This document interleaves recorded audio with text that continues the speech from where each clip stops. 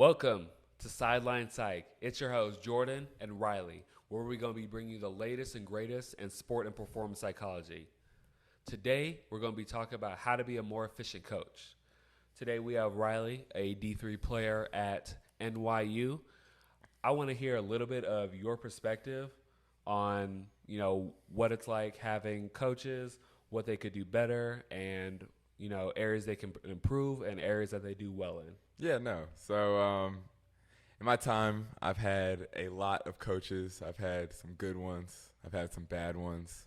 There's a lot of people that have helped me get to the point to where I'm at right now. But I say overall, I'd say I've had good experiences with coaches. But overall, I've seen how they can go bad. I'm gonna tell a story of one of my first coaches who had us every time we missed a game. For like an injury, we'd have to run 30 sprints when we got back to practice because, we're being selfish and That makes sense. and missing games. Yeah, no. Yeah, how dare you get injured? Right. No, how dare I get injured trying to work out for the sport that I'm training for. I think a lot of things with coaching has to do with how you talk to your players. So what do you think is like the best way to communicate with your players of what you want them to get done? So my philosophy is there's actually no best way to speak to your players. This is where coaches really have to kind of set the bar and go to the next level. So back when I first started playing, the predominant thought was yell, yell, scream, scream. Man, I'm coaches, bro. Yeah, and they just yell, scream, and then that's it. Like whatever they say goes.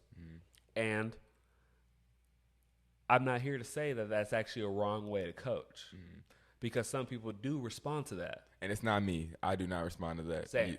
You see that? I pointing to both don't cameras. respond to that at all. Yeah.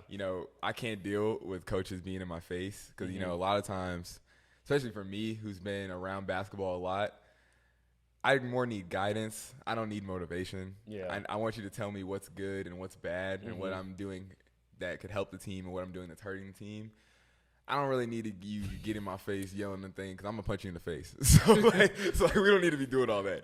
Don't punch your coach in the face. That's Yeah, no. You too. Yeah, no. I've never punched the coach in the face up until this point. It's probably for your best bet. Yeah. But so, going back into that, some players really do respond to that. I'm also not one of those players that would respond to like that type of feedback. So one thing you have to realize as a coach, you have to realize what type of player you have. So for me, similar to you, and we're brothers, so it might be, something in the water. Right. But I need someone to tell me, like, if I do something wrong, I need you to tell me how I did it wrong. I don't need you to just yell like that was terrible, like, because you're just gonna destroy my confidence. So you need to realize that you have different types of players for different types of roles and for different types of things, and which ones respond to the tougher approach and which ones respond to a softer approach. Yeah, and like another thing is that with these coaches, a lot of times that they're not looking to necessarily change their coaching style for each individual player. Yeah.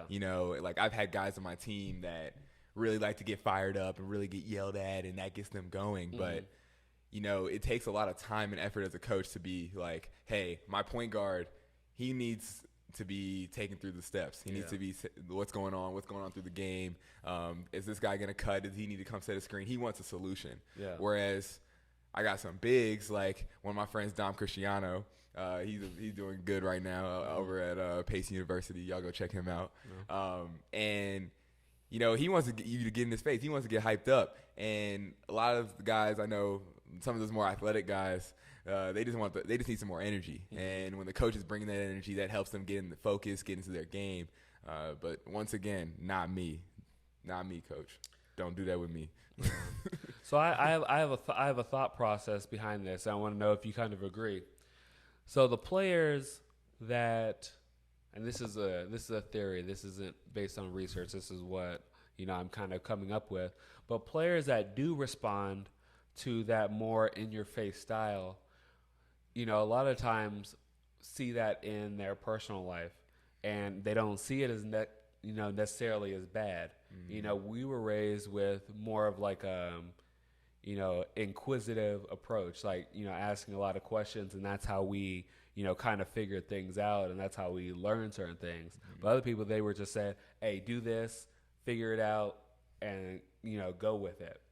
So a lot of it comes like how you're raised, and this is how like you ended up learning how to respond to criticism. So then when you get into it, get into a sport, if a coach is outside of that, you start running into issues. Yeah, no. Honestly, that brings me to a question for you.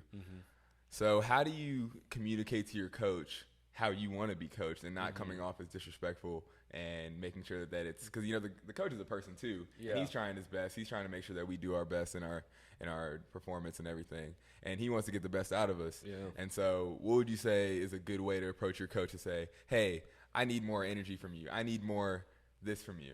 Like that. Just like that, yeah. Like that. I pride myself on being direct. So if I was going to bring a coach off to the side, I'd be like, hey, coach, I understand this is how you coach.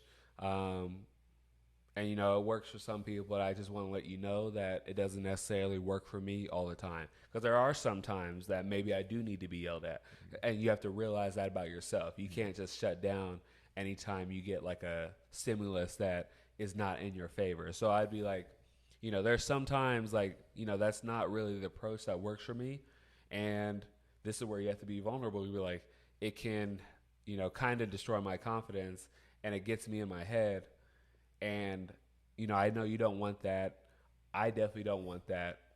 So let's find a way, like a middle ground where we can figure out what's the best way for us to connect and for us to win games. Yeah, no, and I think us being on the basketball operations side, a lot of times with this basketball and being players at the same time, we've seen how hard of a job it can be as a coach to figure out that proper balance. And so you really just got to put the work in, just like the same way you put the work in to work on your crossover, your jump shot, to work on how you're going to communicate with your players, and how, as a player, you're going to communicate with your coach what you need and what's going to make you perform at your best. Yeah, I agree.